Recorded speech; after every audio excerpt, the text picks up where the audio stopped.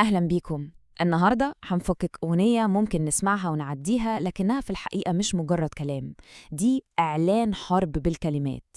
هنشوف مع بعض إزاي فنان ممكن يستخدم كل حرف عشان يبني لنفسه إمبراطورية من الهيبة ويسحق أي منافس يفكر يقف في طريقه.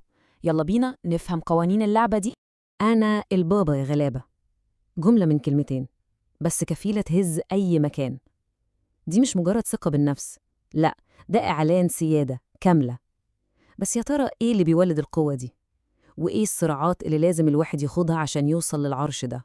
طيب، المعركة دي بتبدأ منين؟ مش في وش بعض على طول، لأ، دي بتبدأ في الخباثة، في الكواليس. شرارتها الأولى هي الهمس، النميمة والكلام اللي بيتقال من ورا الظهر. من هنا، من الكواليس دي بيتحط حجر الأساس للصراع كله. فنان الأغنية هنا بيبدأ هو هادي تماماً، بارد، بيسمع الكلام اللي بيتقال عليه من ورا ظهره وبيتعامل معاه كأنه ولا حاجة، هوا، يعني حاجة تافهة أصلاً ميستاهلش الواحد يبص لها. ودي أول حركة في لعبة الشطرنج اللي احنا بنتكلم فيها. بس خدوا بالكم، التجاهل ده مش ضعف خالص، بالعكس ده في حد ذاته سلاح. تخيل كده لما حد يهاجمك وانت تتصرف كأن الهجوم ده مش موجود أصلاً، انت كده بتسحب منه كل قوته. الرسالة بتبقى واضحة جدا، لعبتكم دي صغيرة قوي وأنا أكبر من إني أنزل المستوى ده.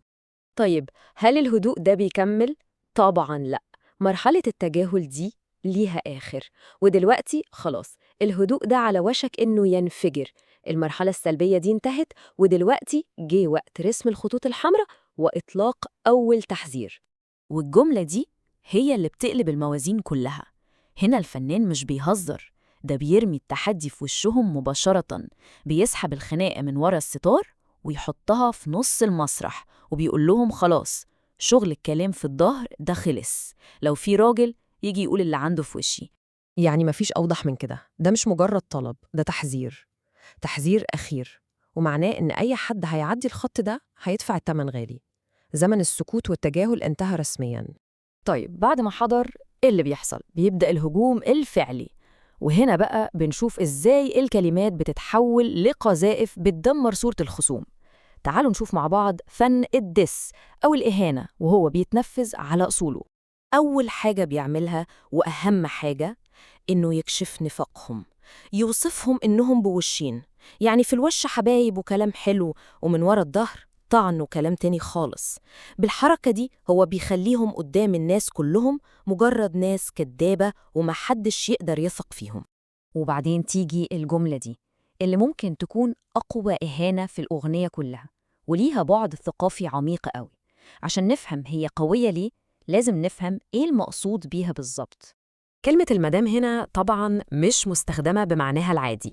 دي إهانة مدروسة جداً، هدفها الأساسي هو تجريد الخصم من رجولته. كأن الفنان بيقوله أنا مش شايفك راجل أصلاً عشان أتعارك معاك. يعني دي ضربة تحت الحزام، بتستهدف فكرة الرجولة نفسها. والسلايد ده بيلخص لنا المعادلة كلها بوضوح. المقارنة دي بتوضح الهرم اللي الأغنية بتبنيه. فوق خالص على القمة في البابا، هو البطل، هو مقياس الرجولة. وتحت خالص في القاع الخصم، مجرد كومبارس، واحد محتاج جرعة رجولة ومكانه الطبيعي تحت الكعب. طيب بعد ما حطم الخصوم وقلل منهم تماماً، بنوصل لقلب الأغنية، للحظة اللي بيعلنوا فيها سيطرته الكاملة، اللحظة اللي بتلخص كل اللي فات. فالسؤال هنا، بعد ما دمر صورة المنافسين، إيه هتكون الضربة القاضية؟ إيه هي حركة الكش ملك اللي بتنهي اللعبة دي تماماً وبتثبت مين هو الزعيم الوحيد في الساحة؟ الكلمة هي البابا.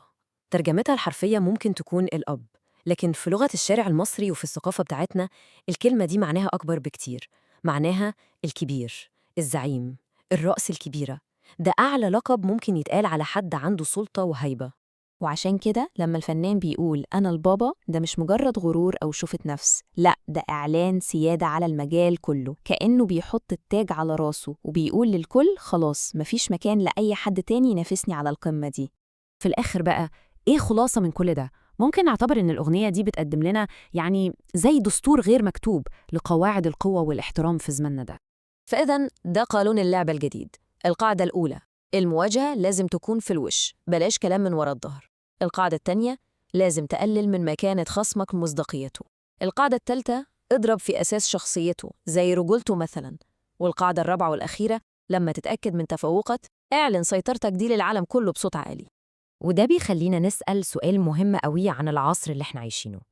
في زمن الكلام كله على السوشيال ميديا والحروب الإلكترونية، هل الأغنية دي بتقدم لنا فعلا كتالوج البقاء الجديد؟ يعني هل عشان الواحد ياخد احترامه لازم يمشي على نفس الخطوات دي؟